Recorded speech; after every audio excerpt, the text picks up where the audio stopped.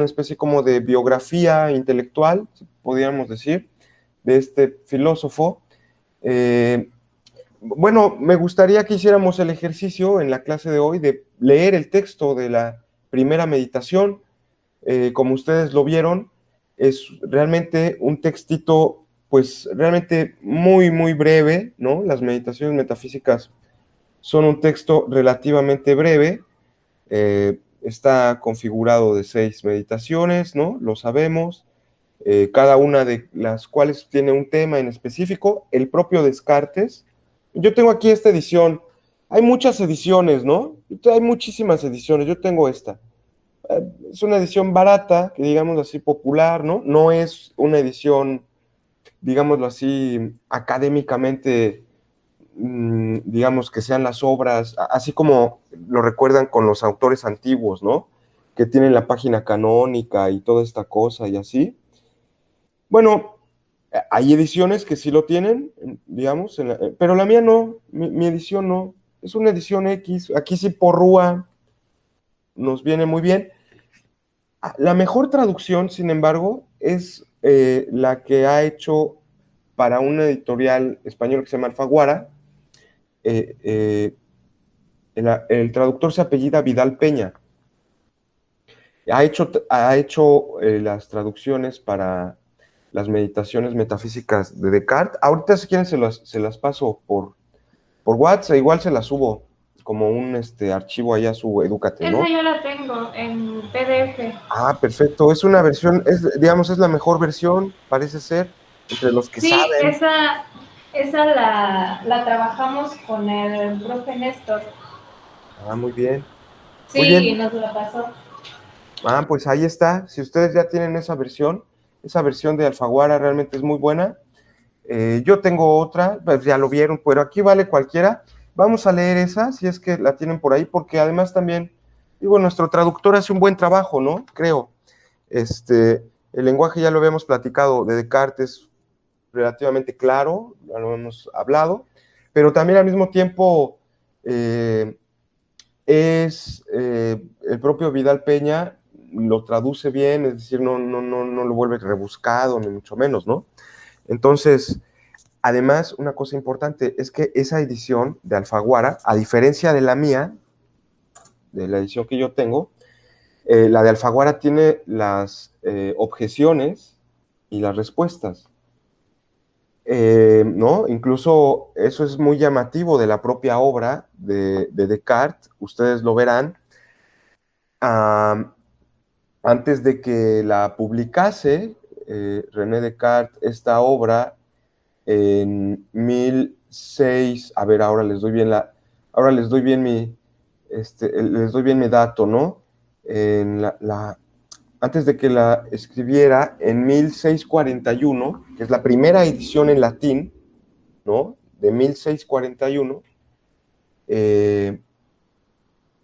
primero en latín y luego un año después, en 1642, hace una segunda edición, pero en francés. Esto también es un poco importante en términos, si quieren, lingüísticos, ¿no? Porque recordarán ustedes que el latín era la lengua, de cierta forma, de la ciencia, ¿no? Era la lengua del conocimiento, digamos, por la propia herencia cultural europea, era, digamos, la lengua común de esa sociedad, podríamos llamarlo así, ¿no? Educada, ¿no? El latín era, pues, digamos, desde los tiempos de San Agustín, incluso, pues ahí Cicerón, etcétera, pues para qué hablar, ¿no? Entonces, hasta más o menos, bueno, incluso fíjense, el propio Kant, para que vean esa importancia del latín, ¿no? Como esa lengua de la cultura, de la ciencia, ¿no? De la filosofía, por supuesto. El propio Kant, cuando su crítica de la razón pura, ya él pues ya ve que empieza a tener cierta importancia internacional, ya su obra ya empieza a ser así discutida, no nada más en Alemania, sino ya en términos internacionales. Kant ya era un filósofo internacional, decide traducir la crítica de la razón pura escrita en alemán al latín. Él sabía latín, también el propio Kant, ¿no? Formaba parte, estamos hablando hace 200 años, ¿no? Era parte de su formación escolar, ¿no? Aprendías un poco eso, esa lengua. Entonces, bueno, antes de publicarlo, en 1641, Descartes, digámoslo así, rola el manifiesto, ¿no? Bueno, corre el papel, ¿no? Entre los colegas filósofos, entre varios pensadores, en fin. Incluso si ustedes lo ven, hay una de las objeciones, creo que es la sexta objeción, que es planteada por otro filósofo de la época también muy relevante, que es Thomas Hobbes. Thomas Hobbes, que digámoslo así, podríamos nosotros incluirlo en esta historia de la filosofía que les estoy contando ahora, en el bando de los, pues, empiristas. Él es inglés, ¿no? Thomas Hobbes. Más Thomas Hobbes es un filósofo sumamente importante, no solo porque, digámoslo así, aparece aquí con estas cuestiones cartesianas, sino particularmente su obra o su tratado acerca de el Estado, la configuración de un poder central en términos políticos, ¿no? En la figura de un rey y la teoría moderna acerca de la política, pues se debe nada más y nada menos que a Leviatán, obra llamada así por Hobbes, ¿no? En referencia a Leviatán, a su obra así le llama, en referencia a ese monstruo bíblico, o bueno, de la mitología hebrea, vamos a decirlo así, que es un monstruo marino. No es la ballena que devora a Jonás, sino es un monstruo marino que habita en las profundidades, y es el encargado, este Leviatán, pues de cuidar toda la profundidad del océano. Entonces es un monstruo marino enorme, ¿no? Porque pues, abarca toda la profundidad del océano. Más o menos para hacer referencia a lo que era la idea del Estado, lo que ahora entendemos como Estado, ¿no? O, digamos, fundador de una teoría llamada, o iniciador de una teoría en filosofía política llamada contractualismo, o teoría del contrato social, ¿no? Entonces, bueno, un filósofo muy relevante. Y entonces, fíjense, ¿no? Descartes manda su escrito a estos pensadores le ponen objeciones a sus escritos, y Descartes les da una contestación. Y los publica todos juntos.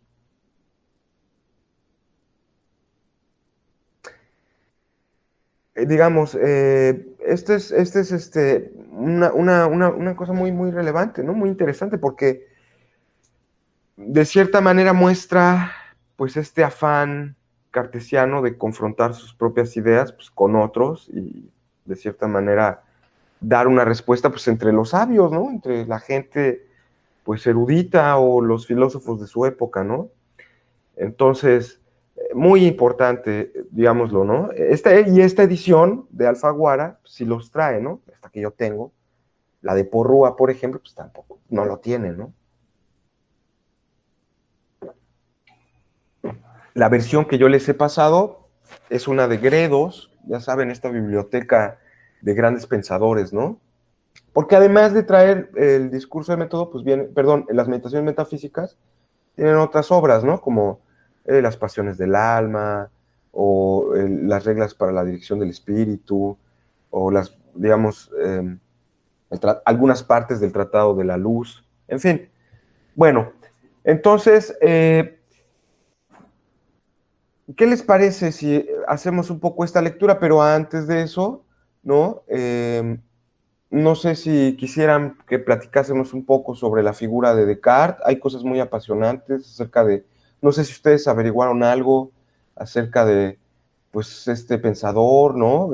O saben algo así sobre su vida. Es muy importante, es muy relevante, ¿no? Ya lo hemos visto. Eh, este carácter subjetivo, yo le he llamado, ¿no? Tan cargado hacia las vivencias, pues, de este individuo particular. No sé si conocen algo sobre la vida de Descartes. Quisieran, platicamos un poco sobre eso y ya luego pasamos a la lectura y pues comentamos algunas cosas, ¿no? Pues sí, no, bueno, Algo que tengo en mente y en lo que pienso siempre con Descartes es en las matemáticas también, con el plano cartesiano. Eso también fue un dolor de cabeza. Es tedioso, no difícil, es tedioso ubicar puntos y todo eso. Pero ajá, aparte de la filosofía, tengo en mente el gran matemático y geómetra que era. Así es, así es. Eh, Habría como tres perfiles, ¿no? Como tres grandes cosas que podríamos decir de Descartes. eh, que es muy impresionante realmente, es muy interesante. Descartes, en primer lugar, en primerísimo lugar, es un genio matemático, ¿no? En primerísimo lugar. Era muy conocido en su época también por eso, ¿no? Eh, Miren, les cuento, justo en la época en la que Descartes abandona los estudios de abogado y decide convertirse en soldado, en una ciudad de lo que ahora se llama Bélgica, llamada Breda. Breda, B alta, ¿no? Con B alta. Ay, perdón, B de burro, ¿no? Perdonen por mí. Ya se ve que estoy bien ruco, ¿no? ¿Cómo que B alta? Bueno, con B, ¿no? Porque la otra es V.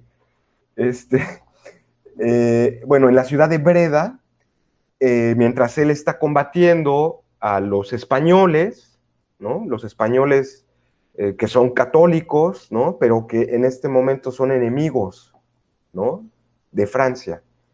Entonces, bueno, siendo que él está combatiendo la causa de los calvinistas de justamente esa región de Bélgica, ¿no? Ahora llamado así Bélgica. Entonces, en ese momento eran parte de la colonia española que tenían, ustedes lo saben. El imperio español fue un imperio muy importante, ¿no? Muy relevante, incluso tenía este nombre famoso llamado la Armada Invencible, ¿no? Que pues eran un gran imperio y pues era pues, llamado así, la Armada Invencible, ¿no? Dominaban los mares, en fin. Aquí en Chiapa de Corzo tenemos nuestra corona imperial, ¿no? De Carlos V, porque pues un poco la idea de Carlos V y de este imperio, fíjense lo importante que era este imperio, era que en cada continente había una colonia del imperio. En África, ¿no? En América, bueno, pues toda América Latina, ¿no? Digamos, quitando al imperio portugués, ¿no? Que esa es otra historia un poco distinta, ¿no? A veces no solemos como conocer tanto esa... que es un país muy relevante también, el Portugal, ¿no? Perdón, el Brasil. Que bueno, aquí llega el emperador, bueno, esa es otra historia, la del Brasil y la de Portugal. En fin, pero bueno, en Asia, ustedes lo saben, estas islas así llamadas, donde es este peleador famoso, todo el mundo sabe, Manny Pacquiao, ¿no? Este peleador de las Filipinas, ¿no? Digo, qué triste, ¿no? Conocemos la cultura de un país por un tipo que se sube a destruirse con otro en un ring, ¿no? Pero bueno, eh, este, las Filipinas, pues así llamadas por el rey Felipe el Hermoso, ¿no? Pues era la ciudad de Felipe, ¿no? Entonces, bueno, en cada continente tenía y bueno, las provincias unidas de los Países Bajos. Pues, ahora ya lo llamamos Holanda, ¿no? O cómo está, bueno, Bélgica, ¿no? Entonces ahí Descartes en ese momento combate y cuando está en esa ciudad de Breda, él siendo soldado, conoce a un matemático que de pronto le pone varios experimentos galileanos, ¿no? Como la caída de los cuerpos, cuestiones que tienen que ver con planos inclinados, en fin, ¿no?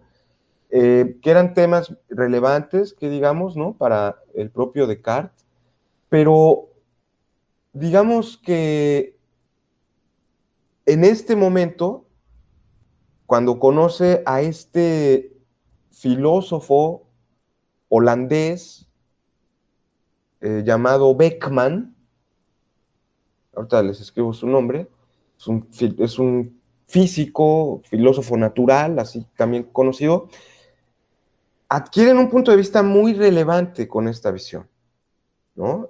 Beckmann y Descartes unen sus genios filosóficos o científicos en este caso y descubren algo que, digámoslo así, pues ahora ya es como una cuestión muy, muy elemental, ¿no? Descubren una cuestión físico-matemática. Descubren que los problemas de la geometría, ¿no? Que para ellos la geometría era en realidad la matemática, la gran matemática para ellos era la geometría, podía resolver problemas sobre la física. Es decir, fíjense, lo que ahora ya sabemos, ¿no? Yo recuerdo cuando era niño, bueno, no tan niño, pero iba yo en la, pues, creo que en la prepa, sí, en la prepa, y entonces yo creo que iba a reprobar física, iba a reprobar una materia que nos daban de física, mecánica o algo así se llamaba. Sí, mecánica y ya luego nos dieron acústica. Y ya, pues ahí estábamos, ahí viendo que la ley de Hooke y que bien, todas esas cosas, ¿no? Entonces yo no podía con las fórmulas, realmente no podía, ¿no? No le entendía. Pues ya lo aprendes en la prepa. Bueno, Descartes, por curioso que parezca, ¿no? Para nosotros tal vez ahora, junto con Beckmann, descubren que ciertos problemas físicos pueden ser resueltos a través de las matemáticas.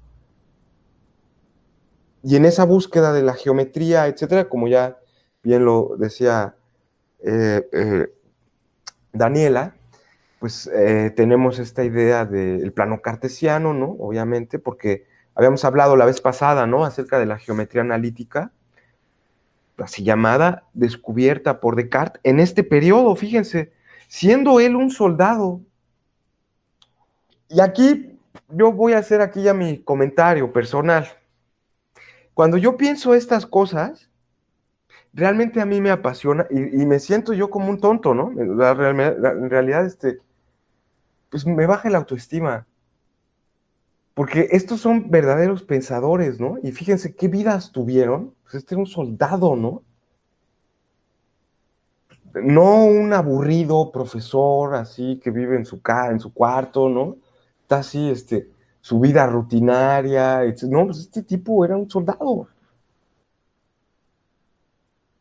Y pues no creo que la guerra sea un día de campo. Y aún así, fíjense, a pesar de, pues digo, toda esa violencia que pues seguramente vivió y todo, pues se daba tiempo su vida para filosofar y para pensar estas cosas matemáticas y esta vida así, pues tan apasionante, porque en eso también es interesante decirlo. Fíjense, Descartes, bueno, es parte de su autobiografía intelectual, ¿no? Descartes estudia en el Colegio Jesuita de La Flèche,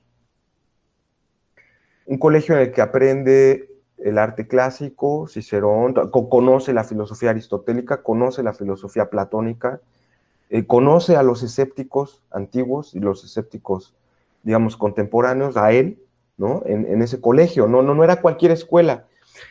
Aprende cosas sobre, digamos, matemáticas. Él mismo enlista, ¿no? En el discurso del método, todo lo que aprende en ese colegio en el que estudió, en La Flèche. Incluso La Flèche discute ciertos descubrimientos de Galileo, ese colegio, que es un colegio jesuita, discuten sus profesores y lo que se enseña ahí, ciertos descubrimientos acerca de las lunas de Júpiter que ve Galileo con su telescopio, ¿no? Entonces, no era una escuela así patito, ¿no? Digo, tipo, no vamos a hablar mal de nadie, pero ustedes dirán cuál, ¿no? Pero abandona esa escuela. Y bueno, luego su familia, una vez que tiene esa primera formación, vamos a decirlo así, en la primaria, secundaria, preparatoria, el bachillerato, ¿no? Su familia estaba muy interesada porque él fuera abogado y se dedicara pues a a la política, ¿no? Digo, porque pues digo, o a robar, digo, pues, lo mismo, ¿no? Porque, digamos, de cierta manera la carrera política, pues el ser abogado te permitía ingresar, ¿no? Y la familia de Descartes, su padre mismo, Joaquín, o Joaquín Descartes, él mismo era abogado, ¿no? Entonces, cuando Descartes estudia, porque sale de la Flèche, digamos, como de ese internado en el que vivía, religioso, en fin, sale de ese sitio y luego llega a la ciudad de Poitiers, en Francia, a estudiar Derecho, estudia Derecho, pero jamás ejerce, ¿no? Solo estudia Derecho para satisfacer a su padre, ¿no? Porque, pues, y a partir de ese momento empiezan como malas relaciones entre el padre de Descartes y Joaquim. Perdón, entre Descartes, vamos a decir, entre Joaquim y René. Hay una gran tensión padre-hijo, ¿no? Incluso, por ejemplo, eso es una anécdota que se cuenta. eh, las obras importantes, ¿no? En esa época, cuando eran muy importantes las obras, los libros y todo, se encuadernaban en piel de, digamos, de vaca, pero con el pelaje, ¿no? No sé cómo decirlo, con el pelito, ¿no? De la vaca, ¿no? Se encuadernaban en piel, pero no se les curtía, se ponía digamos, yo por aquí tengo mis botitas, pero no se les voy a enseñar cómo son, porque si no se van a burlar de mí, pero espero que me entiendan, ¿no? Entonces, así con la piel, pero todavía con los pelillos, ¿no? Del animal. Y Descartes, que era muy católico, por cierto, cuando escribe el discurso del método y las obras que le siguen, ¿no? Porque el discurso del método es como una especie de prefacio, de anuncio previo a las obras de Descartes propias, ¿no? Que son la dióptrica, los meteoros y el tratado de la luz, ¿no? Es lo que le interesaba a Descartes. Son 3 obras y el prólogo, es decir, es el discurso del método. El discurso del método es, digámoslo así, en estas 3 obras, empleado, ¿no? En los meteoros, una cuestión que tiene que ver con los astros y con el cielo, etcétera.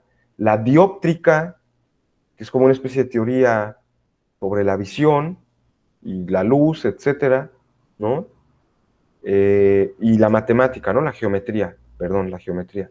Pues, ¿qué es la geometría analítica? Justamente esto de lo que platicaba hace ratito. Entonces, publica su obra, el discurso del método, con los que le continúan, ¿no? Que ya les he comentado, estos textos que le continúan, ¿no?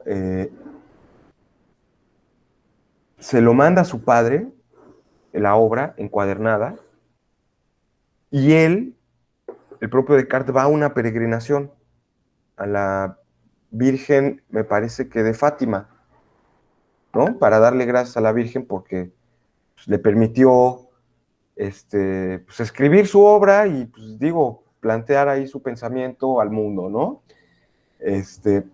Entonces, bueno, pero su padre, cuando recibe el libro de Descartes, el libro de su hijo René, pues dice, bueno, ¿quién es el imbécil que ha decidido matar una vaca para envolver papel? ¿No? Imagínense, digo, es un poco la anécdota que se cuenta del padre, para que vean las relaciones que tenían tan duras, ¿no? Bueno, entonces, incluso fíjense, a la muerte del padre de Descartes le deja una buena herencia, pues ya lo habíamos platicado, ellos eran de cierta manera influyentes en el mundo político, ¿no? Pues muchos de sus parientes estaban en el gobierno, en fin, ¿no? Su propio padre tuvo cierta herencia, ¿no? Y se la da a Descartes. ¿Y saben qué es lo que hace Descartes? Con esta, pues, yo diría, pues, su propia locura, tal vez, ¿no? Bueno, no sé cómo decirlo, para mí así es. Eh, con la herencia del padre, Descartes renta un castillo. Decide rentar un castillo y vivir como un rey, ¿no? O como un noble, o como, digo, en un castillo. Hasta que se le acaba la lana, ¿no? Pues ya, no sé cuánto tiempo pudo haber vivido ahí, pues se le acabó la lana y ahora sí ya tuvo que rodar por la vida algún tiempo, ¿no? Entonces imagínense, ¿no? En fin, es parte como de la idea un poquito de cierta biografía, pero, digamos, una vez que Descartes publica el discurso del método, ¿no? Una vez que ya Descartes tiene esta idea acerca de las ciencias, etcétera, abandonará esa vida de soldado y se va a convertir en una especie de, pues, no quiero decir cortesano, ¿no? Porque pues en realidad no era un cortesano, no pertenecía a ninguna corte, pero la reina de Suecia, Isabel, y su hija Cristina, eh, pues tienen una relación con este filósofo que podría ser llamada, pues, de amor, ¿no? Una relación amorosa, en el sentido incluso hasta más liviano del término, ¿no? Que eran amigos, se querían mucho, etcétera. El propio Descartes convierte a la reina Cristina de Suecia al catolicismo. Entonces, Cristina de Suecia llama a Descartes a que viva con él, no precisamente que forme parte de la corte, pero que viva ahí con él, en la ciudad de, me parece que en Estocolmo, ¿no? Y bueno, pues esta reina tenía sus intereses sobre las matemáticas. Es una figura muy interesante, la de Cristina de Suecia. Les recomiendo mucho que busquen sobre su vida, sobre su historia, porque incluso hasta las feministas luego dicen, no, ahí tenemos es una mujer científica, ¿no? Y que se revela, digamos, frente a las conductas de su país, porque ella, pues es, digámoslo así, no solo es reina, sino al mismo tiempo es la líder de la iglesia del pueblo danés.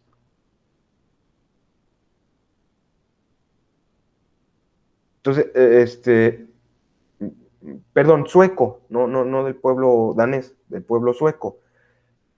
Un poco como lo que está en Inglaterra, ¿no? Ya lo saben, la reina de Inglaterra, pues también al mismo tiempo es la líder de la iglesia anglicana.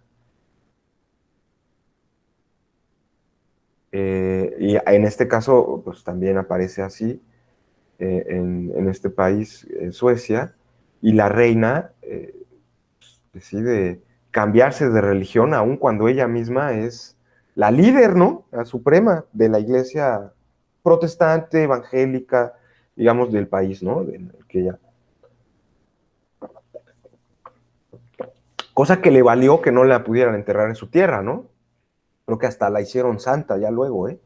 Ahí no me hagan mucho caso, pero está enterrada, creo que en el Vaticano. Ahí pasó sus últimos días esta mujer, que fue amiga, novia, pues, amante, no sé, pero no en un sentido feo ni nada, o sea, que querían, yo pienso, fue el gran amor de Descartes. Descartes le dedica unas grandes cartas, y ella misma también. Entonces quedaría un poco claro que sí había un gran afecto, ¿no? Un gran afecto. Y curiosamente, fíjense, otra anécdota es que ya justo para hacia la muerte del pobre Descartes, que curiosamente, con todo lo que se les he contado, que soldado y que viajó y todo, fue, dentro de todo, siempre débil de salud. Dentro de todo, ¿eh? Siempre tendió a padecer de la salud, era delicadito, pues, ¿no? Si no le daba catarro, si no, o sea, padecía, ¿no? De ciertas afecciones digo, no sé, ya le dio diarrea, ¿no? O sea, era delicado, pues. Entonces, justo por eso, en un invierno a esta princesa se le ocurre, porque fíjense cuál era la cosa, esta es la anécdota, ¿no? A esta princesa, esta reina, pues le gustaba tomar clases de matemáticas a las 3 de la mañana, ¿no? Entonces a esa hora hablaba Descartes, que por cierto, también otra anécdota de la vida de Descartes, de su carácter, de cómo era él como persona. Todo esto lo pueden leer en un montón de, de biografías acerca de Descartes. Hay muchas muy buenas, ¿no? Hay muchas muy buenas. Creo que hay una de Pierre Duhont, ahorita se las escribo, Pierre Duhont, sobre Descartes. Es una biografía muy buena. Y ahí van a ver ahí pues estas cosas muy llamativas. Una cosa muy llamativa de Descartes también, de su característica, es que no se levantaba de la cama sino hasta después del mediodía. O sea, ya cuando pasaba el mediodía ya podía levantarse de la cama. ¿No? No como uno que ya está todo robotizado, ya gobernación ya te metió el chip en la mente y a las 6 de la mañana estás así parado y aunque no tengas nada que hacer, ¿no? Estás ahí nada más, ahí te picas la panza porque aunque sea domingo, ¿no? Ya no estás. No, Descartes no. Descartes ya acostado, ya son las 2 del mediodía y ahora sí ya me voy a levantar, ¿no? Imagínense, parte de su... Por eso yo a veces pienso que muchos filósofos son cartesianos en el fondo, ¿eh? Filósofas también, ¿no? Son cartesianas. O porque van a la Virgen a hacerle una peregrinación cuando acaban su universidad, por ejemplo, ¿no? Y ya van a hacer su peregrinación o van a hacer su misa, ¿no? Imagínense, qué vergüenza. Yo lo hablaba con un colega de filosofía. Mi colega creo que es ateo. Y dice, no puede ser. Mira, tus compañeros de generación, todos de filosofía y todo, ¿cómo salen de una escuela pública, así bien marxista, toda esa onda? Y se van a dar una misa en la villa. Ahí se van a darle gracias a la Virgen de Guadalupe, porque les permitió salir de... Manches, veas que se pasan y ya. Ay, no, pues como yo no fui a la misa, ¿eh? Obviamente, o sea, ¿cómo voy a ir a una misa a darle gracias a la Virgen? Digo, voy, pero yo solito, ¿no? Voy a ir ahí con toda la bola de filósofas y filósofos, ¿no? Imagínense. Bueno, que es que ateos, ¿no? En el fondo, cartesianos. Bueno, o porque son medios, no les gusta pararse temprano, ¿no? También. Entonces parte de, pero esta dama, esta princesa, pues lo llama y a las 3 y le cae un invierno terrible a Descartes y muere por una especie de catarro que se le complica, le da una pulmonía y muere, ¿no? Porque, bueno, pues no resistió al invierno de ese país, ¿no? Ya lo saben, es un país ya de Escandinavia, está al norte casi ya del continente europeo, ya casi pues en las costas del Mar del Norte, del Báltico, en fin, ¿no? Pues una zona muy septentrional. Entonces, bueno, pues ahí está esta idea así sobre Descartes, ¿no? Sobre su vida. Entonces, él fue conocido por matemático, primer punto, primer carácter, ¿no? Luego, también fue conocido por estas contribuciones en lo que nosotros ahora llamamos física, matemática. Él le llamaba, en su época, él era conocido como un filósofo natural. No solo era matemático, no solo hacía cuestiones sobre geometría, sino también era un filósofo de la naturaleza.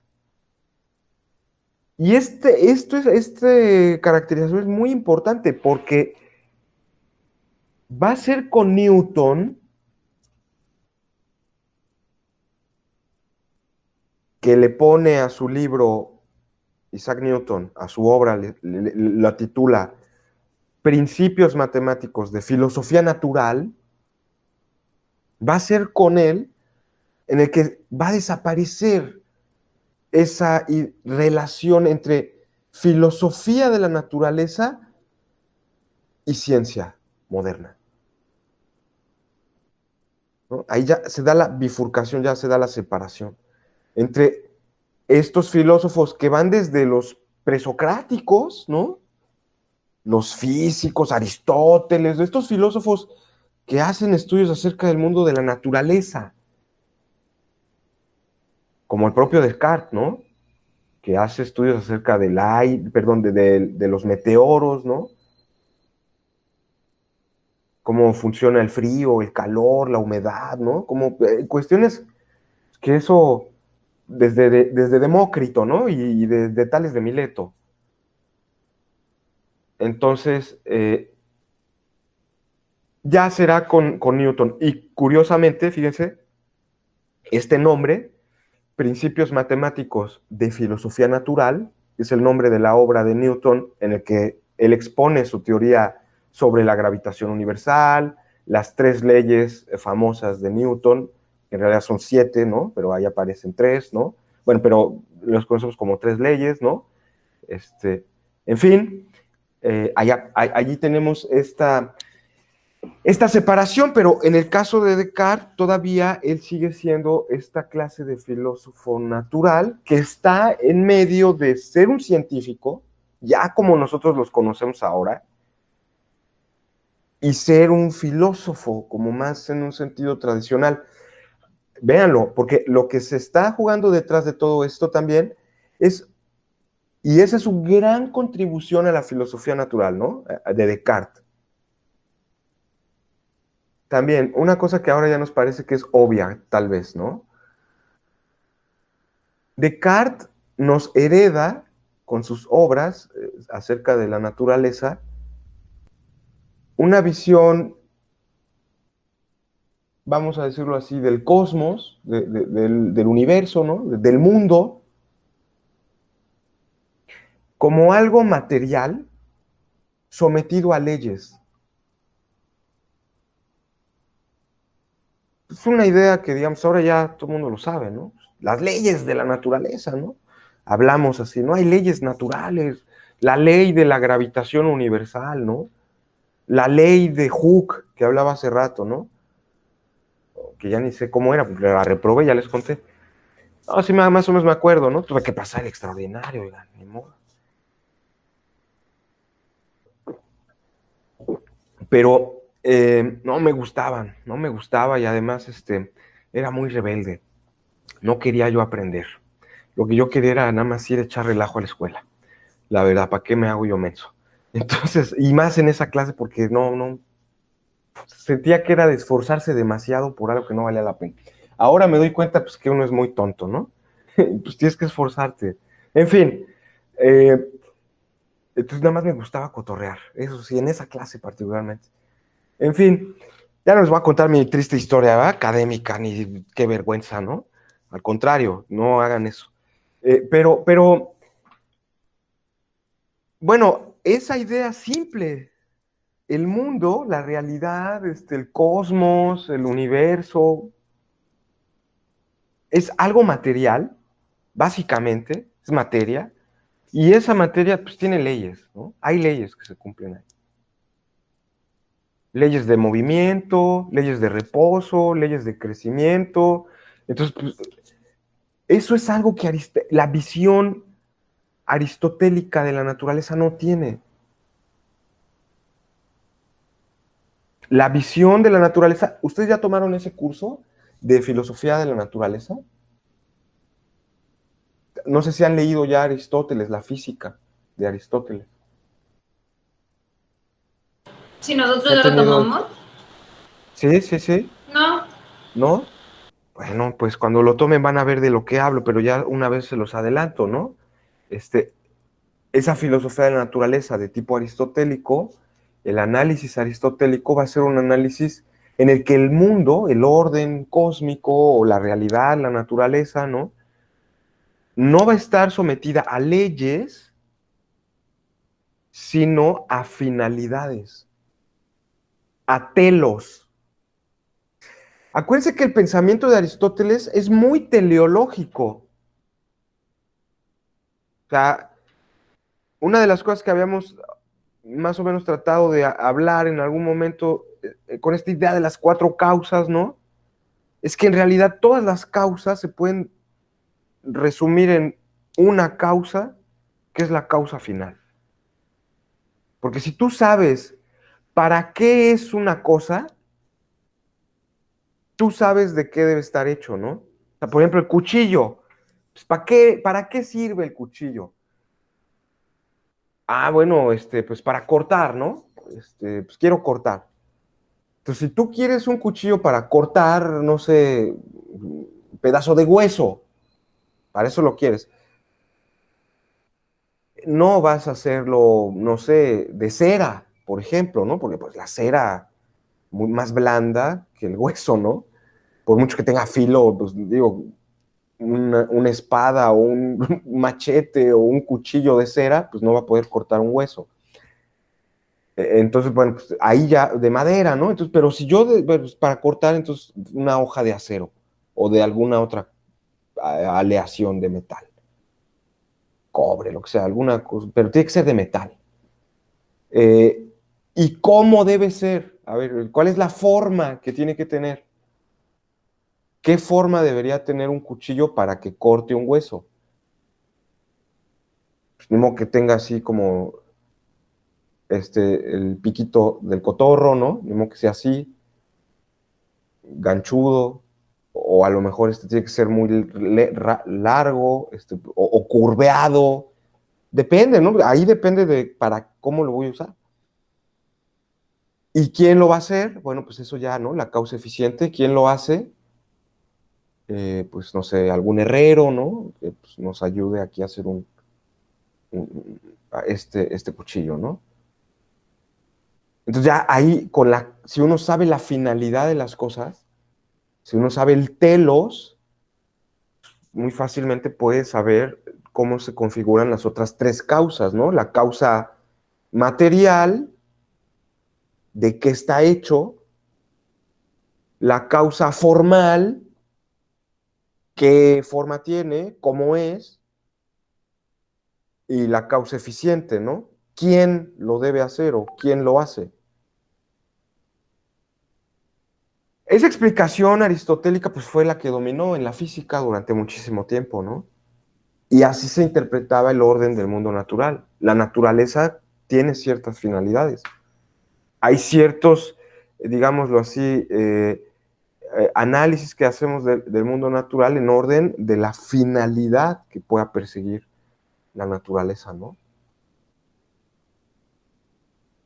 Entonces, esa visión, pues ya nosotros no la tenemos, ¿no? Más bien tenemos no una visión, fíjense, teleológica en la que la naturaleza tenga ciertas finalidades, sino que más bien tenemos una idea mecánica del mundo natural. Y esa idea mecánica es la que heredamos de Descartes, ¿no? O sea, la idea de que es materia, ¿no? Y hay leyes para esa materia. Y no hay fines, ¿no? Finalidades que persigan, ¿no? Entonces, esa es otra de las grandes contribuciones que tiene Descartes, incluso en su propia época, ¿no? Y bueno, pues que continúa para la nuestra, en ese segundo perfil como científico, filósofo natural, ¿no? Físico matemático, si quieren llamarlo así, ¿no? Él mismo propuso una teoría acerca del orden y el origen del mundo, ¿no?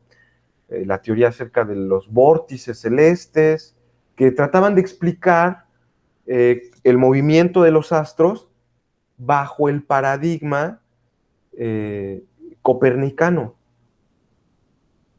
es decir, en el que la Tierra era un planeta más y el centro de la galaxia o del universo o del mundo era el Sol.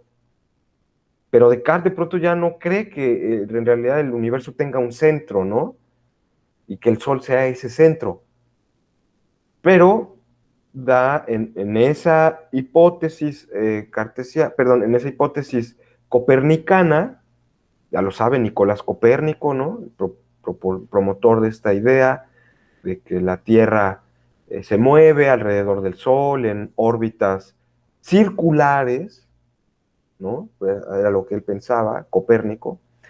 Eh, y bueno, pues Galileo estaba en esa misma línea, ¿no? Descartes está en esta misma línea. ¿Y qué decir de Newton, no? Ya, ni hablamos, ¿no? Entonces, esa idea acerca de esta visión, digámoslo así, como acerca del relato del origen del cosmos, pues también, digámoslo así, pues, ahí hizo bastantes contribuciones. Podríamos decir que Descartes en su filosofía natural, en su ciencia, o en su física, matemática, nos da como una especie de relato de la formación del universo que podríamos llamar nosotros la hipótesis de las nebulosas. Él pensaba que el universo se forma a partir de las condensaciones de gases, como los que suceden en ciertos cuerpos nebulosos, ¿no? Que existen en el universo. Y a partir de esa condensación de estos gases, etcétera, ¿no? Se comprimía, ¿no? Y ¡pum! Formaba el universo, formaban las galaxias, formaban las estrellas, los soles, etcétera, los planetas y todo lo que había, ¿no? Entonces, es una hipótesis que, o bueno, ahora no es tan popular, parece que la hipótesis más aceptada es la de la teoría del Big Bang, ¿no? O Big Bang, eh, la explosión o implosión, en fin, del universo y las supernovas y todas estas cosas, es el relato cósmico, ¿no? Que la ciencia nos brinda de cómo se formó el universo. Eh, bueno, él nos da un poco esa idea y también tiene una explicación acerca, ya les he dicho, sobre cómo funcionan. A ver si les puedo yo por acá poner esta imagen de los vórtices cartesianos, ¿no? Para que ustedes lo puedan ver, ¿no? Miren, sí, aquí está este vórtice, bueno, incluso hasta de la Wikipedia. A ver, bueno, no vamos a meter en que si está bien o mal. Miren, aquí les voy a compartir, ¿no? Ustedes lo pueden ver en la Wikipedia. Luego no es muy recomendable porque ya ven que pues, cualquiera puede editar y así, entonces tampoco, pero bueno, al menos nos da esta información. Miren, aquí se puede ver un poco cuál es la explicación del movimiento de los astros celestes. Miren, por aquí está el planeta que se está moviendo. No sé si se alcanza a ver esta línea. Bueno, aquí donde está el mouse, aquí se ve un punto, ¿no? Que es un planeta. Este es otro punto en el que hay otro cuerpo celestial, etcétera. Y vean, aquí donde está va una línea.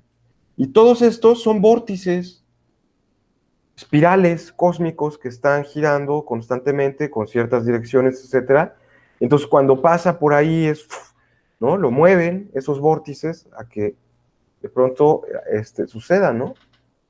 Bueno, pasen, digamos, ¿no? A nuestro horizonte de la contemplación de la bóveda celeste. Esta teoría fue muy importante porque había un fenómeno que la teoría geocéntrica del universo no lograba explicar muy bien, que era el problema de la retrogradación de los planetas. Desgraciadamente aquí pues es una ciudad en Tuxtla, que es donde yo me encuentro, y no se puede ver muy bien las estrellas porque hay gran contaminación lumínica, ¿no? Digamos, hay mucha luz, ¿no? Contaminación, en fin, ¿no? Están ahí partículas de smog suspendidas, digo, pues es una urbe, etcétera, ¿no? Entonces, eso lo impediría, pero bueno, imaginemos que somos todavía seres civilizados y que cuando vemos al cielo, pues vemos estrellas, ¿no? O sea, no salvajes que viven como cucarachas, ¿no? Que cuando voltean, pues lo único que ven es mugre. Entonces, imaginemos ese mundo, ¿no? En el que nosotros estamos así y vemos el cielo estrellado frente a nosotros y nos vamos a dar cuenta que las estrellas permanecen fijas, ¿no? Incluso reciben ese nombre, avanzan, ¿no? Y vemos cómo van girando esas estrellas, pero siempre aparecen en el mismo sitio, en todas las épocas del año, siempre aparecen en el mismo lugar. No se mueven, ¿no? Están estáticas. Y justo la palabra planeta, que en griego significa vagabundo o errante, pues de pronto parece que se va moviendo entre las estrellas. va avanzando, ¿no? Y de pronto, en ese avance, ¡pum! De pronto, al día siguiente, iba avanzando, iba avanzando, iba avanzando, y ¡pum! Regresa hacia un punto previo. Y luego no regresa, sino que, ¡pum!, brinca hacia otro, ¿no? Entonces, esas variaciones, ¿no? Que digamos a simple vista, cuando uno ve el cielo y tal, y tienes estas observaciones de los planetas que vas viendo que se mueven, bueno, tratas de predecir dónde va a aparecer, ¿no? ¿Dónde va a aparecer Mercurio ahora? ¿Dónde va a estar Marte? ¿Dónde lo vamos a ver? A Venus. ¿Dónde está, no? Para que lo podamos ver Venus, ¿no? Y siempre va a aparecer en el mismo lugar. Bueno, no. Resulta que Venus, mañana va a aparecer, pum, en otro lado. O Marte ya está, iba en una línea recta sobre la mapa celeste y de pronto regresa. Bueno, para explicar esa retrogradación, así se llama, retrogradación, porque el planeta va girando supuestamente y de pronto, ¡pum!, regresa. Se creó una teoría complejísima, Ptolomeo ha creado una teoría complejísima sobre los epiciclos. Imagínense, la Tierra está en el centro del universo. Todo lo demás gira. Los planetas alrededor de ella. El Sol, tal. Entonces, cuando yo quiero explicar los movimientos de los planetas, pues, tengo que dar una perspectiva. ¿Por qué de pronto, cuando yo pienso que el planeta va a aparecer de tal lado, aparece en el lado contrario o aparece más atrás? Entonces, para poder explicar eso, los astrónomos, particularmente Ptolomeo, trataron esta teoría de los epiciclos, es decir, sí es cierto que los planetas giran alrededor de la Tierra, pero también estos planetas tienen otros pequeños circulitos, ¿no?, alrededor de los cuales giran. Por eso se llama epiciclo, porque no solo gira alrededor de la Tierra, sino que gira alrededor de otro ciclo. Eso podía explicar, se convirtió en una cosa muy complicada. Al final parece que los científicos la rechazan porque ni siquiera puede establecerse bien esta teoría. Y bueno, Descartes propone, para explicar esos movimientos celestiales, su teoría acerca de los vórtices, en el que, de cierta manera, esto que ustedes pueden ver aquí sería éter, ¿no? Este elemento, no ese éter que ponen en los santos en los hielos, por favor, ¿no? Que es para que la gente esté toda drogada, ¿no? No, el éter es, digamos, es una cosa química. No, éter era una noción, una sustancia, que se pensaba que existía, ¿no? Y que llenaba todo el universo.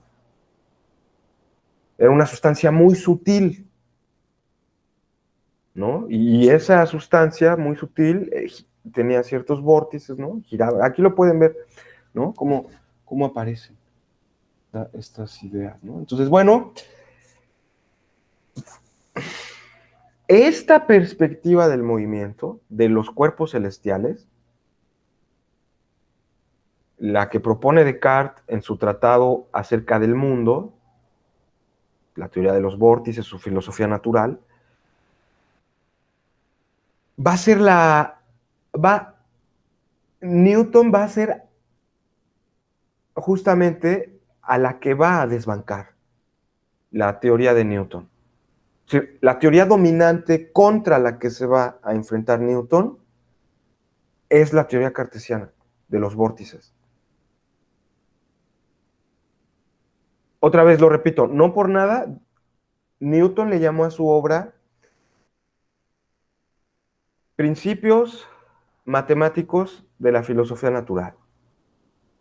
Porque el propio Descartes había publicado una obra que se llamaba Los Principios de la Filosofía, en el que explicaba el mundo natural. Ah, tú escribes tu libro llamado Los Principios, pues yo te voy a escribir Los Principios Matemáticos. Fíjense, hasta dónde estaba la rivalidad, ¿eh? No es que se odiaran, muchos no se conocieron, obviamente, ¿no? Pero cuando Newton habla, porque ya ven que es famosa su frase de Newton, de que estamos sobre hombros de gigantes, justamente en el que está pensando es en Descartes. Porque él era la teoría pues, que, digamos, de cierta manera era más aceptada, ¿no? Era la teoría científica vigente, vamos a decirlo así, o la teoría astronómica, ¿no? Entonces, muy importante esto también tenerlo en cuenta, porque a veces, ¿saben qué? Sí se comete mucho esa injusticia de considerar a Descartes casi de monografía de la papelería, ¿no? Así uno con su bigotito y su cara, ¿no? Ay, sí, un racionalista, ¿no? Ay, no, ¿cuál racionalista? Pues aquí se hizo experimentos, hay una gran aporte, duda de los sentidos y todo. Pues mira, toda su construcción científica, pues, y no estás así diciendo, no se puede conocer nada y tal.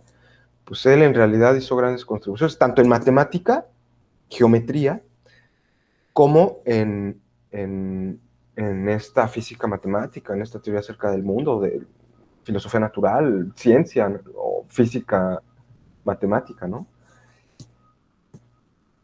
Y obviamente, también en su época, pues eso es lo que más nos interesa a nosotros, ¿no? Digamos, para nuestros propósitos, también era conocido, además de ser matemático, un genio matemático, ser un genio científico, también era muy conocido por proponer una nueva metafísica.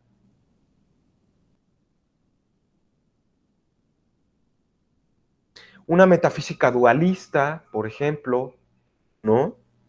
Una metafísica que podía probar la existencia de Dios y la existencia del alma.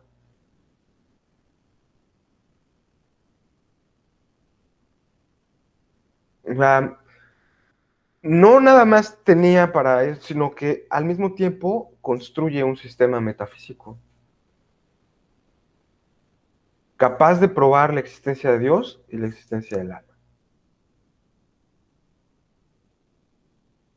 Según él, de forma incontrovertible, ¿no? De forma irrefutable.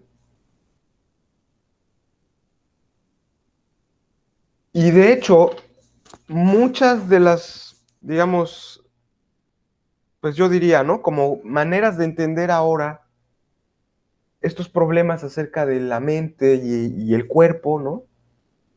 Se deben a Descartes. La relación mente-cuerpo, ¿no? O el problema mente-cuerpo, así llamado, ¿no?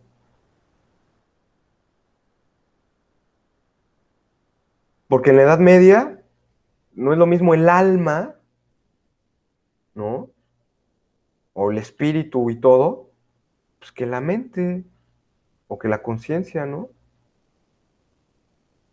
De la que Descartes va a hablar. Y el alma, muy respetable, ¿no? La gente habla de alma, pero mente, ¿no? Mens, en latín, mens. Y de pronto, pues ahí aparecen estos problemas acerca de cómo entender, ¿no? La filosofía, perdón, las relaciones que se establecen entre esta mente y el mundo material.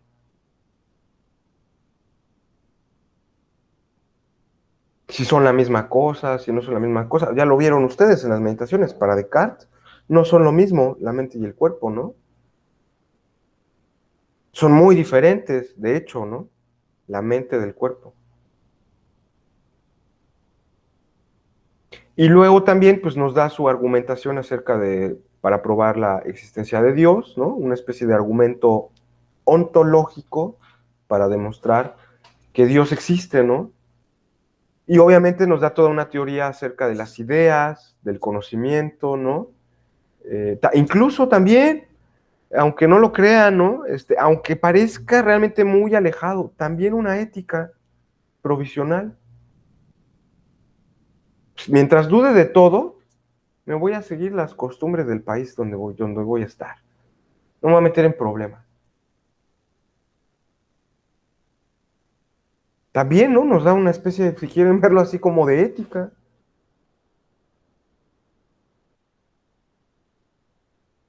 Entonces, es un personaje muy, muy, perdonen, ya les voy a dejar de compartir esto para compartir ahora mi lectura, ¿no? Es un personaje realmente muy, muy, digámoslo así, pues muy, no quiero decir polifacético, porque pues no, no son muchas facetas, pero que tiene estas tres vertientes principales, ¿no? Por las que incluso en su tiempo fue conocido. Muy bien. ¿Alguna cosa que, digamos, quisieran comentar acerca de las meditaciones? La primera meditación, ¿tuvieron ahí la oportunidad o vamos directamente al texto? ¿Qué les ha parecido? Ya lo habíamos platicado, incluso eh, ya por ahí había comentado algunas cositas sobre pues, de qué va más o menos cada una, creo, de estas meditaciones. Pero no sé si hay algo que comentar antes de que yo comience a exponer.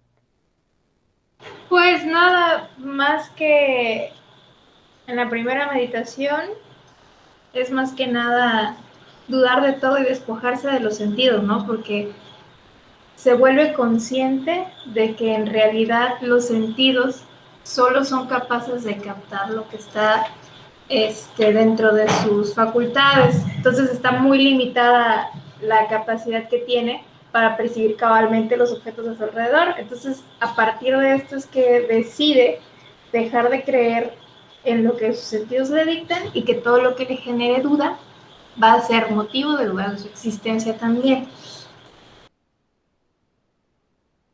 Muy bien, sí, sí, sí, muy bien.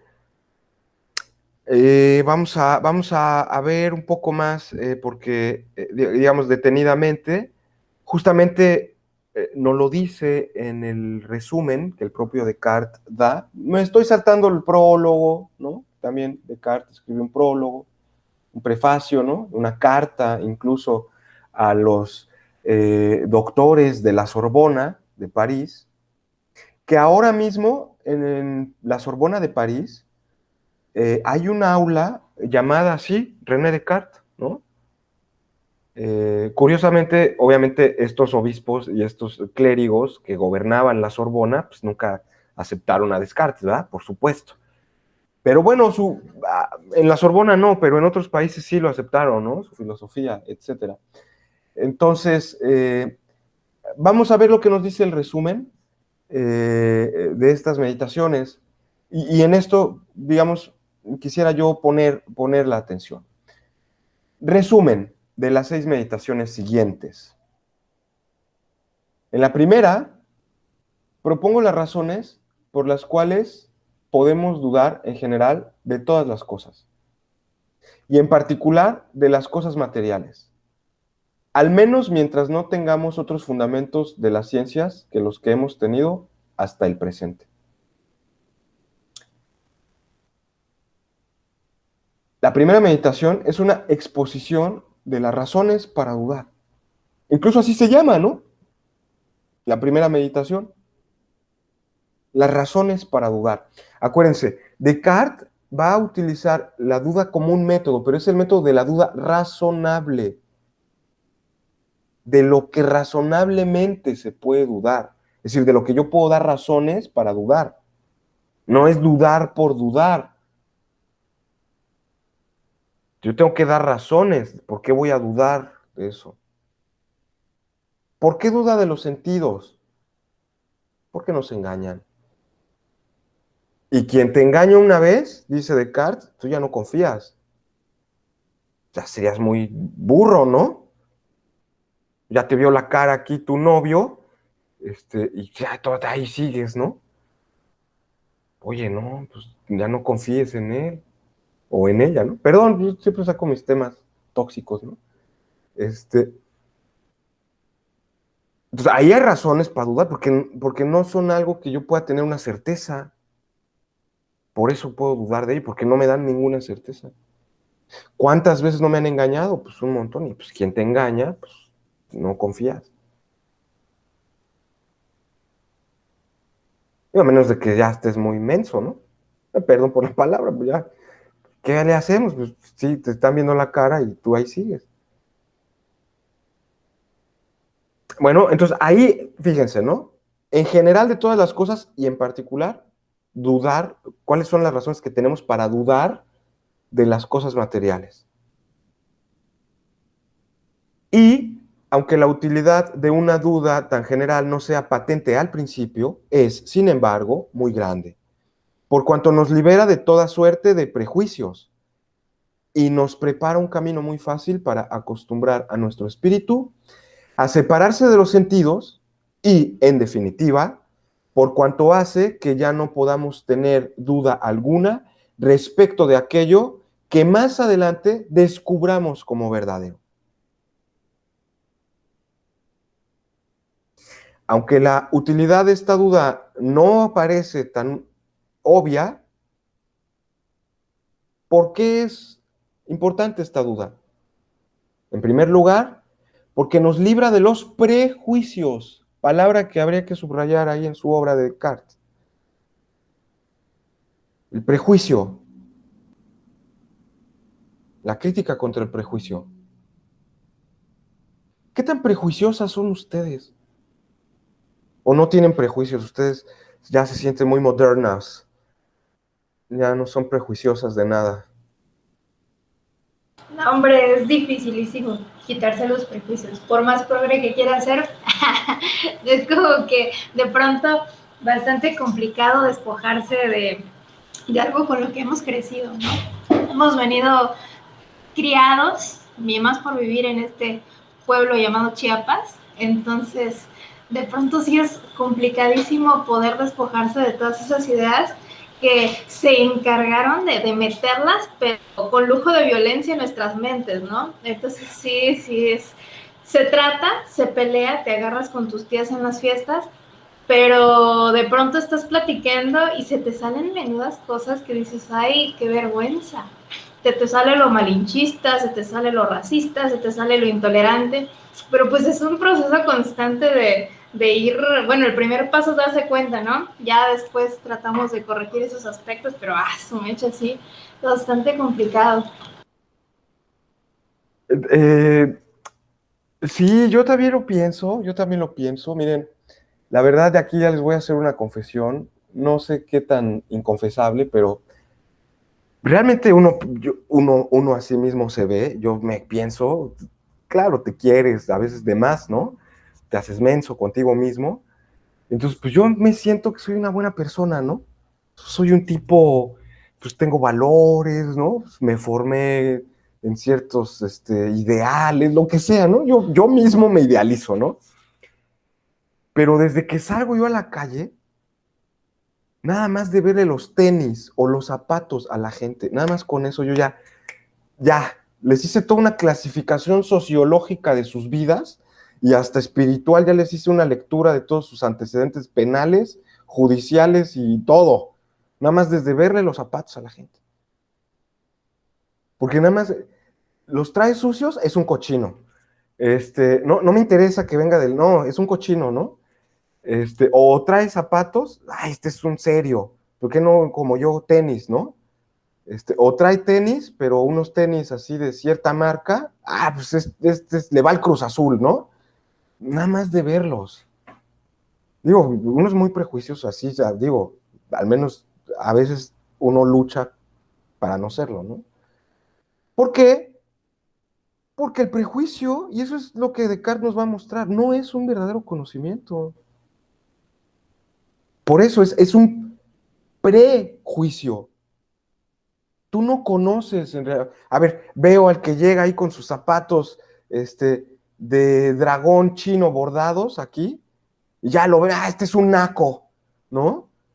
Porque trae los de dragón chino bordados sus zapatos. Pues, oye, pero ni lo conoces a la persona, ¿qué tal que es un cuate que pues, ha viajado, tiene estudios, es bueno, hasta tiene más novias que tú, con eso ya te quedas callado, ¿no? Órale, ¿no? Y tú, porque no lo conoces, o sea, antes de conocerlo tú ya estás juzgando. Tú no conoces, tú te anticipas. Esto, si ustedes van hacia la tercera meditación metafísica, esto es muy importante. En la tercera meditación, Descartes nos va a dar el origen del error. ¿Por qué surge el error? Porque nuestro entendimiento es limitado, somos finitos en nuestro entendimiento, pero nuestra voluntad es ilimitada. Pues claro, yo no conozco todas las variables que hacen que este sujeto o esta persona use zapatos tipo la tigresa del oriente. Pues yo no sé por qué no conozco todo, pero como yo me precipito, ¿no? Yo ya quiero juzgar. No, así es.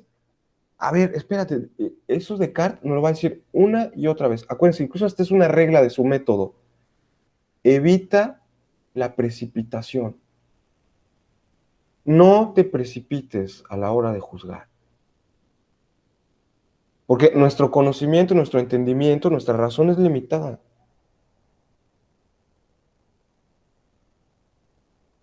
Pero nuestra voluntad, pues rápido, ¿no? Ay, fum, ¿no? Quieres opinar, quieres decir tu juicio, ¿no? Quieres ahí afirmar según tu saber que tienes, ¿no? Pero no, digamos, más allá de esta cosa que, digamos, podría parecer esta idea del error, ¿no? De Descartes, un poco extraña, apelar a esta idea de la voluntad, me parece que es una cosa muy interesante porque entonces con eso Descartes lo que está haciendo es, digámoslo así, haciéndonos responsables de nuestros juicios, de nuestros conocimientos. O sea, tu equivocación, tu error, es una cuestión de tu voluntad. Entonces tú eres responsable porque tu voluntad fue la que operó.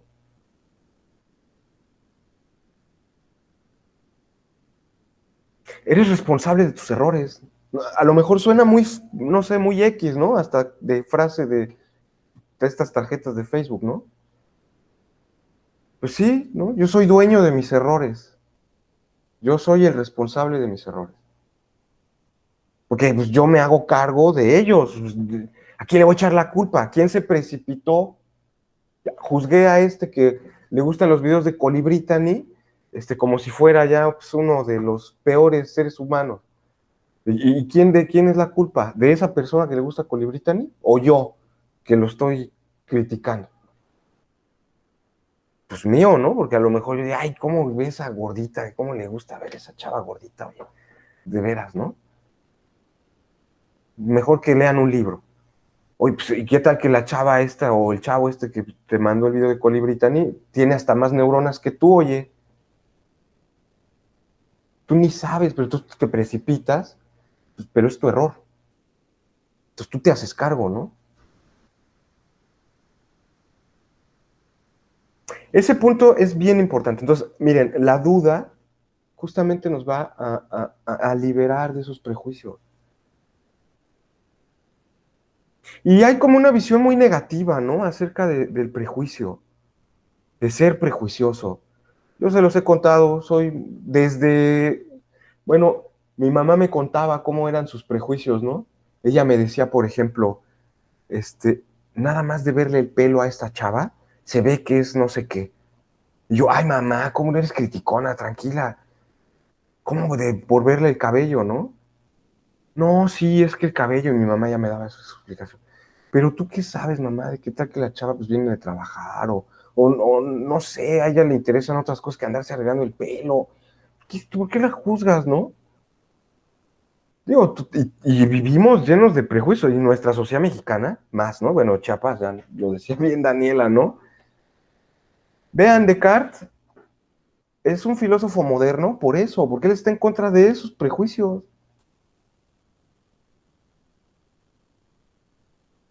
El prejuicio de mi padre también. Ahí tan hermoso que es y tan sabrosa que es, ¿no? La crema de espinacas. Híjole, yo como me fascina, es mi platillo favorito, de veras, la crema de espinacas, ¿no? Y yo en mi vida que tengo consciente, Nunca he visto a mi padre comer ese platillo, jamás. Jamás, ¿eh? Digo, no sé, a lo mejor en algún momento o así. Pero cuando le pasan el plato, no me gusta, sabe feo, pruébalo. Siempre es el rollo ahí con mi mamá, pruébalo, ni lo has probado, pruébalo. No me gusta, no me gusta. Digo, pues como niño chiquito uno también a veces, ¿no? Mi padre. Pues sí, ahí ya uno es prejuicioso, ni siquiera has probado, ni siquiera has experimentado realmente a qué sabe la espinaca así con esa lechita y quesito y todo. Ah, miren, nada más de decirlo, no, hombre, ¿no? Es maravillosa la crema de espinaca. No, sabe fea. Pero ¿cómo sabes? Ni lo has probado. No, porque no me gusta.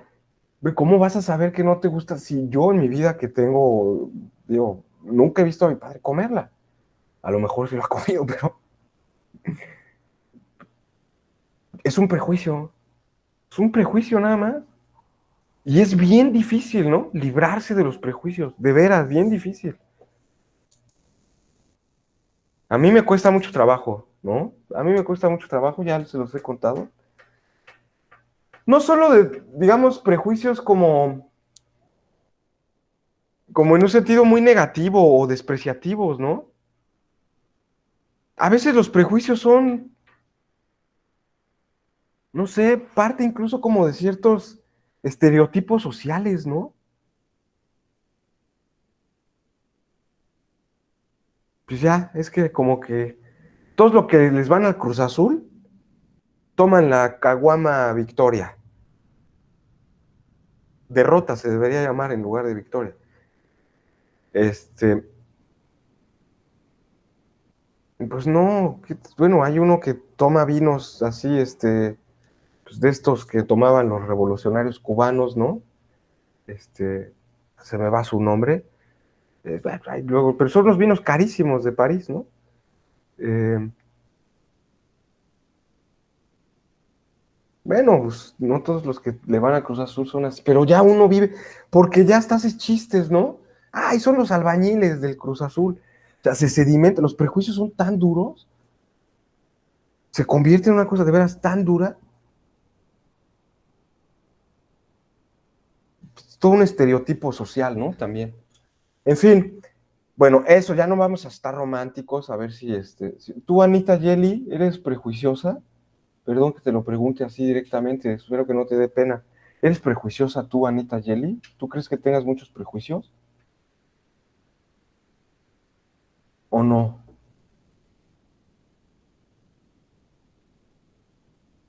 A ver, ahí ya no la escucho. Bueno, anímate, Anita Yeli, a participar. ¿Tú crees que seas realmente prejuiciosa? Yo pensaba que no, pero sí, ¿no? O sea, imagínate, ves a alguien que se baja de una camioneta Mercedes-Benz, ¿no? Ah, ¿no? Pues ya algo dice, entonces ya lo juzgas, aunque ni lo conozcas, ¿no? Y más si vives, pues no sé, aquí en México, donde pues esas cosas llaman mucho la atención, ¿no? Entonces, bueno, ya vamos a dejar todo eso. Estaría bueno, ¿no? Hacer una lista de nuestros prejuicios. ¿Qué clase de prejuicios tengo? ¿Cómo son? Y tal. Cosa que Descartes dice que sería cosa de nunca acabar, ¿eh? Pero bueno, ahí lo vemos. Entonces, está en primero eso, y como ya lo señalabas hace ratito, Daniela, también hay una intención, esta duda, ¿no? Esta primera meditación, le sirve a Descartes para separar a la mente del cuerpo. Entonces, ese es el objetivo de la primera meditación. En primer lugar, mostrar ciertas razones que tenemos para dudar. Y en segundo lugar, esta duda nos va a permitir separar mente de cuerpo. Lo más posible, separar la mente del cuerpo.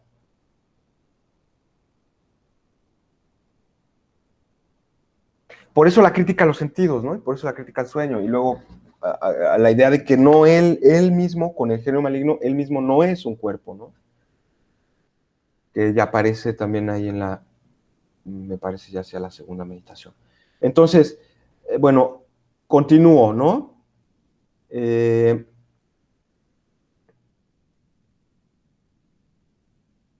Bueno, en definitiva, bueno, y aunque la utilidad está duda, por cuanto nos libera de toda suerte de prejuicios y nos prepara un camino muy fácil para acostumbrar a nuestro espíritu a separarse de los sentidos. Y en definitiva, por cuanto hace que ya no podamos tener duda alguna respecto de aquello que más adelante descubramos como verdadero. En la segunda meditación, el espíritu, que, usando de su propia libertad, supone que ninguna cosa de cuya existencia tenga la más mínima duda existe, reconoce ser absolutamente imposible que él mismo, sin embargo, no exista. Lo cual es también de gran utilidad, ya que de ese modo se distingue fácilmente aquello que le pertenece a él, es decir, a la naturaleza intelectual, de aquello que pertenece al cuerpo.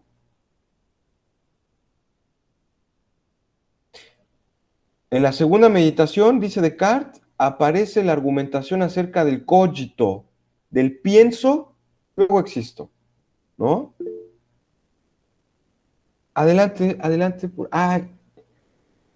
Que nos dice Anita Yeli, nos escribe.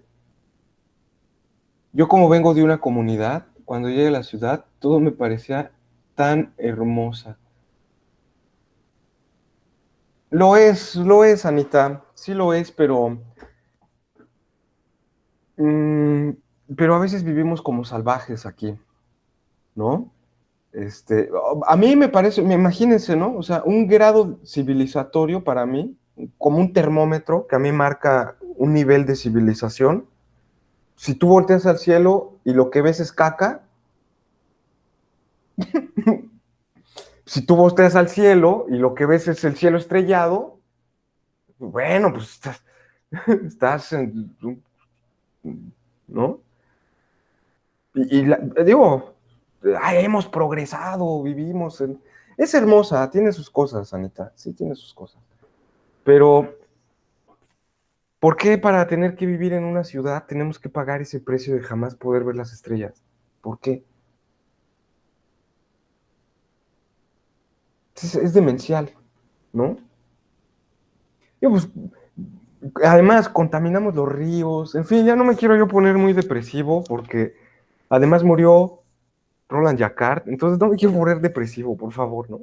Este, sí, Anita, sí, sí. A mí me parece muy bella. Tiene sus lugares. Mira, me gusta que todavía, a pesar de todo, podemos seguir viendo cotorros, ¿no?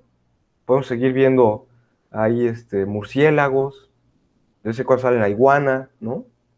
Bueno, en otras ciudades ves, pero canguros, porque son ratas gigantescas, ¿no? Entonces, pues, digo, eso sí, es bonita, pero ¿tú crees que, Anita, bueno, ahí, si crees que tengas algún prejuicio, pues escríbenoslo por ahí, ¿no? Si crees que tengas algún otro prejuicio, una cosa que tú juzgues antes de que realmente sepas cómo es el asunto, ¿no? Ah, bueno, ay, no me digas, no me digas. Bueno, lo lamento mucho. No, lo lamento mucho, Anita. Lo lamento mucho. Entonces, bueno, vamos a dejar eso. Fíjense, entonces en esta segunda meditación hay una argumentación acerca el cogito, ¿no? En primer lugar, y luego esta segunda meditación, esto es lo más importante. No, no, lo siento mucho, Anita, en realidad, ¿eh? En realidad lo siento mucho. Son tiempos difíciles para todos, yo creo, y bueno, pues ya, ¿no? Hay que ser amigos entre todos.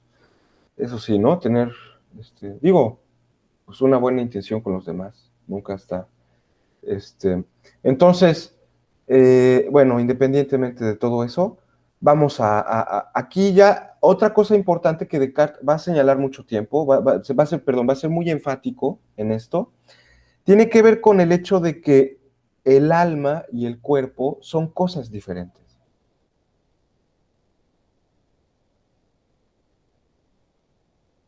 e incluso opuestas,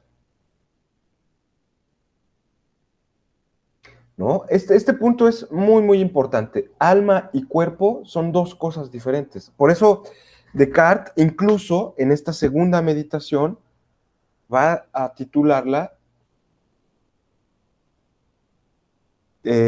bueno, perdón, le va a poner como subtítulo, eh, o del hecho de que es más fácil conocer el alma que el cuerpo, ¿no?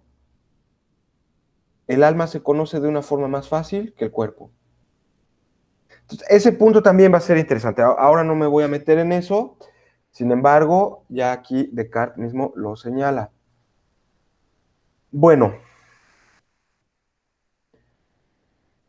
lo cual, esto que Descartes ha demostrado con el cogito, es también de gran utilidad, ya que de ese modo distingue fácilmente aquello que le pertenece a él, es decir, a la naturaleza intelectual de aquello que le pertenece al cuerpo. Mas como puede ocurrir que algunos esperen de mí, en ese lugar, como, razones para probar la inmortalidad del alma, creo mi deber advertirles que, habiendo procurado no escribir en este tratado nada que no estuviera sujeto a mi exacta demostración, me he visto obligado a seguir un orden semejante al de los geómetras, a saber, dejar sentadas de antemano todas las cosas de las que depende la proposición que se busca antes de obtener conclusión alguna.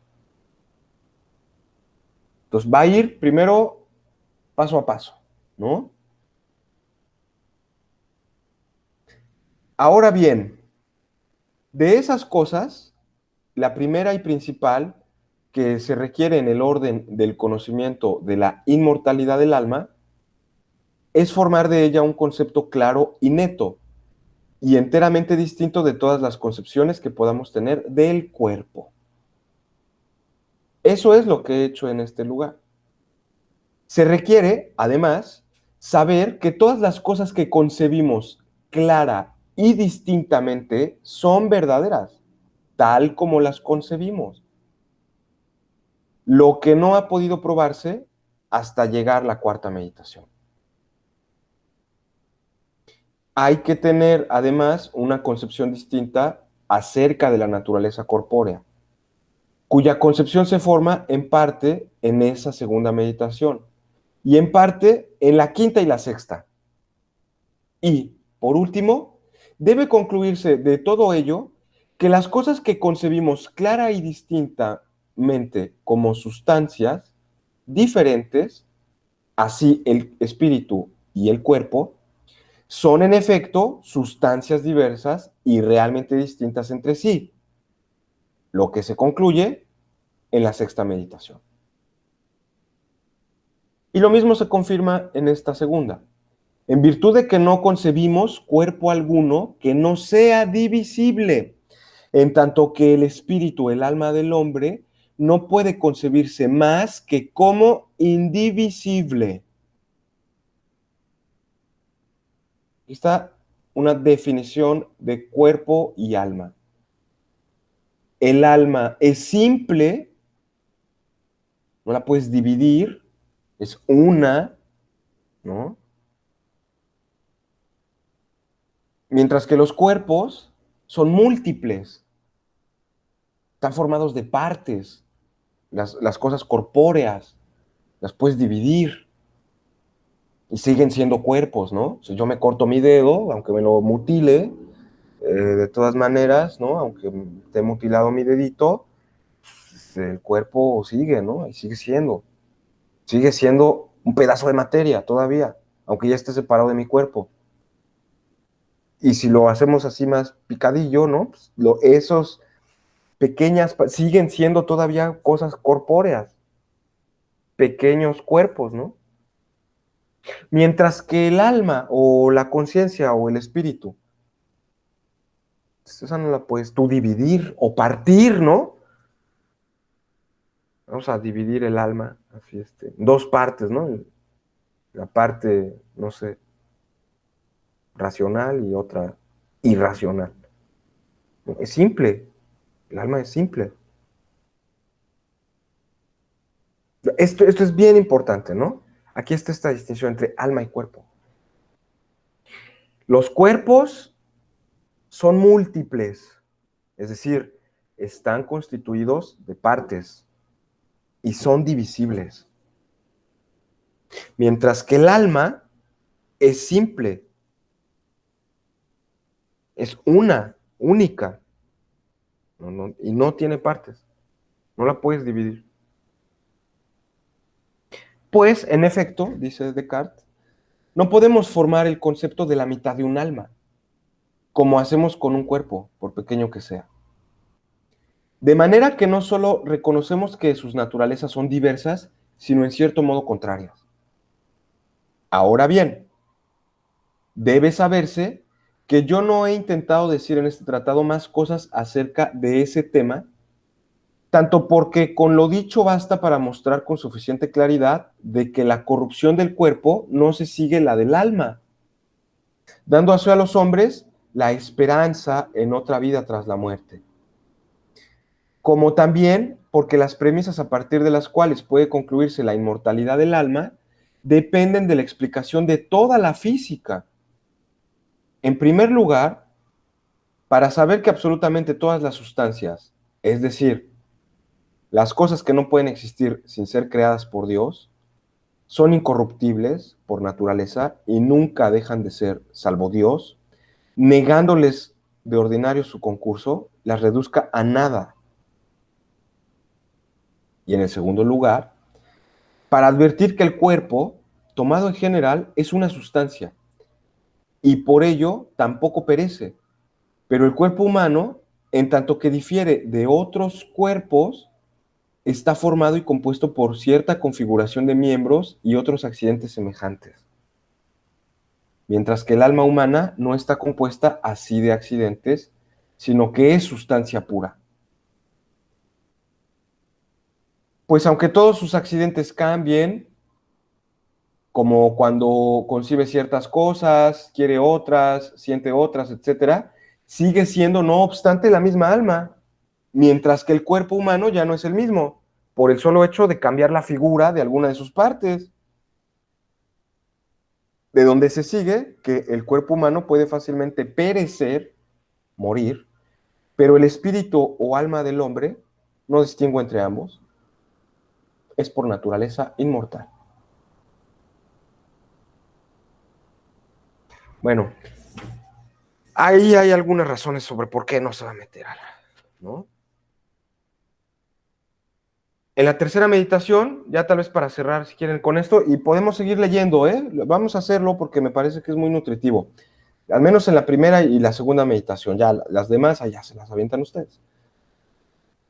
En la tercera meditación, me parece haber explicado bastante por lo extenso el principal argumento del que me sirvo para probar la existencia de Dios. En las tres primeras meditaciones aparece la metafísica cartesiana. Se demuestra la existencia del alma y su naturaleza, y se demuestra la existencia de Dios en la tercera meditación. Fíjense, empezamos con la duda, pero el objetivo es demostrar la existencia de Dios y probar que el alma es algo diferente del cuerpo.